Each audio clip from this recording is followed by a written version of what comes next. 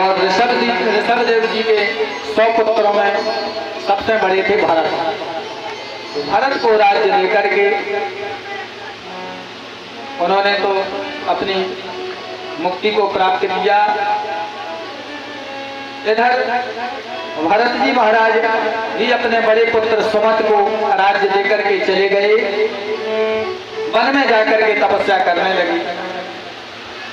एक दिन की बात के सिंह की दहाड़ से एक मृगी का गर्भपात हो गया। राजा भरत बैठे थे। भरत ने सोचा कि मृगेंद्र की गर्जना से इसका गर्भपात हो गया, तो मृगी तो मर गई पानी में, अगर मैं नहीं जाऊंगा तो ये बच्चा भी तड़प कर मर जाएगा। तो दौड़ करके गए और उस बच्चा को उठा करके लाए। तो देखो दया तो अपनी पूरी यही हो गई कि उसको बचा लिया। अब घर राजपाट लड़का बच्चा छोड़ के आए थे और आसक्ति आ गई वो मृगा के बच्चा में, तो आश्रम पे ले आए।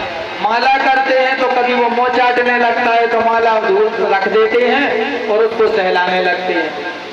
इतना राजा मगन हो गए उसमें, इतना तन्मय हो गए कि एक दिन की बात के सरियाती मृगों का झुंड आया और उस मृगों के झुंड में वह बच्चा चला गया।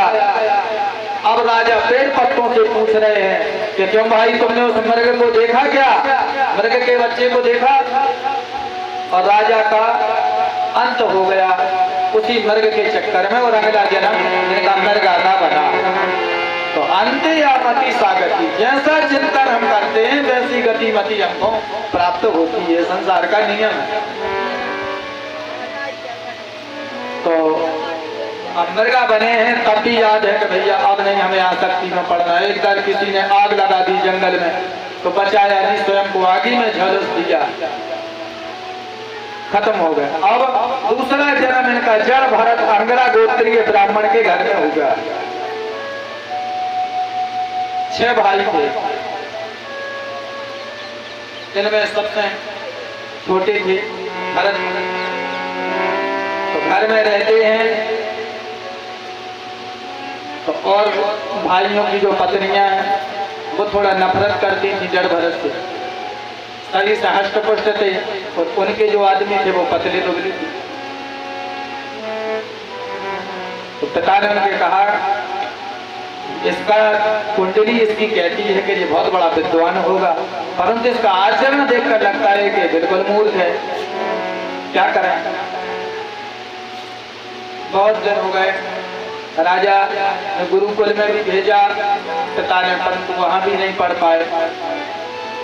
तो भाइयों ने कहा कि इसको खेत पर रख दो, कोई काम का नहीं है, पड़ा पड़ा खाता रहता है।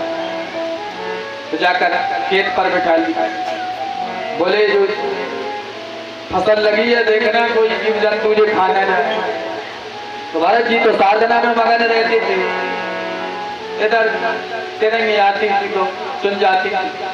तो भाइयों ने कहा ये किसी काम का नहीं है, बताओ यहाँ बैठा रहा पूरा खेत उजाड़ दिया, परंतु इसने एक भी दिन इसकी रक्षा नहीं, इसको भगाते हुए हम तो वहां से भी भगा दिया। महाराज कहाँ जाना है कोई पता नहीं, चल रहे हैं। एक दिन भद्रकाली के मंदिर में डाकुओं के सरदार को बलि की आवश्यकता थी, तो महाराज जी मिल गए बड़े हष्ट पुष्ट, पकड़ के ले गए डाकू। तो जैसे ही बलि चढ़ाने लगे तो माता ने कहा कि अरे बताओ ब्रह्म ज्ञानी की ये डाकू बलि चढ़ाने जा रहे। तो माता भद्रकाली प्रकट हो गई मंदिर में और तलवार से जितने डाकू थे सबका सर काट दिया। अब वहां से जड़ भरत उठे, आगे बढ़े तो सिंधु सोवीर देश का राजा रहुगुण आ रहा था, कपिल भगवान के आश्रम में जाता था सत्संग करने। तो सामने से जड़ भरत आ रहे थे, इधर से राजा रहुगुण पालकी में बैठा आ रहा था। अब राजा का एक कहार जो था वो बीमार पड़ गया, एक कहार बीमार पड़ गया है, अब पालकी नहीं चलेगी। तो राजा ने कहा कि जितनी जनता प्रजा सम्मेद लिए नौकर के समान किसी को भी पकड़ लो। तो महाराज जी हष्ट पुष्ट मिल गए, तो महाराज जी को पकड़ लाए, पालकी में लगा दिया। अब जड़ भरत जी का काम था कि कोई भी जीव जंतु अगर पांव के नीचे आता है तो राजा छलांग लगा देती है। तो भरत जी ने चींटी आई होगी पांव के नीचे छलांग लगा दी। अब बताओ जब पालकी में जो बैठा होगा तो पकड़ने वाला जब पालकी को छलांग लगाएगा तो बैठने वाले की क्या हालत होगी। तो राजा का सर बंदी में लगा। राजा ने कहा क्यों रे देख करके नहीं चलते हो, मेरे खोपड़ी में चोट आ गई। अब थोड़े आगे चले चींटी फिर आई होगी तो फिर भरत जी ने छलांग लगा दी। राजा का फिर सर टकराया। तो राजा ने कहा कि क्यों रे तुम तो मुर्दे के समान हो, मुर्दे के सामने कुछ भी बोलते रहो उस पर कोई फर्क नहीं पड़ता है। आपकी बार यदि मेरा सर लगा तो कान खोलकर सुन लो, मैं तुम्हारी ऐसी चिकित्सा करूंगा कि दंड पानी जैसे यमराज पापियों की चिकित्सा करते हैं। आज जड़ भरत ने कहा कि आज बोलना पड़ेगा हमको। जीवन में पहली बार बोली, बड़ा गजब बोली। उन्होंने कहा महाराज आप कहते हो कि इतना मोटा शरीर है, इतना लंबा शरीर है, पालकी नहीं चलती। हमारा पालकी चलाना कर्म धर्म नहीं है। आपने कहा हम चिकित्सा करेंगे इस शरीर की तुम्हारे। तो महाराज आप आटे को गेहूं को पीसकर आटा बना दो, परंतु आटे को पीसकर आप कुछ नहीं बना सकते हो। तो यह शरीर जिसकी तुम चिकित्सा करोगे चिकित्सा की चीज नहीं है, जिसकी तुम चिकित्सा करोगे वो मैं हूं नहीं। जब इतना अद्भुत वेदांत दर्शन का सूत्र दिखाया सुनाया तो रघुगण ने सत्संग किया था। पालकी से कूद पड़ा, जल्दी सब चरणों में गिर गया। महाराज आप तो कोई सत्य महात्मा कौन हो, कृपया परिचय दें अपना। तो उन्होंने कहा राजन पहले तो हम ये देखें कि ये संसार एक भवाटवी है,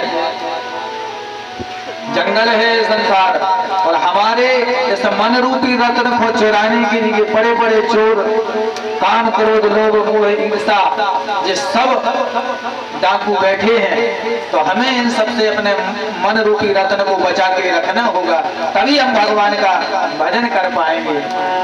बहुत सुंदर राजा को उपदेश दिया। राजा फिर पालकी से नहीं गया। राजा ने कहा कि क्या पालकी में बैठना, जो तुम हो सो वो मैं हूँ, जो मैं हूँ वो तुम हो। राजा पैदल कपिल भगवान के यहाँ सत्संग करने के लिए जाता है। भूगोल खगोल का महाराज वर्णन किया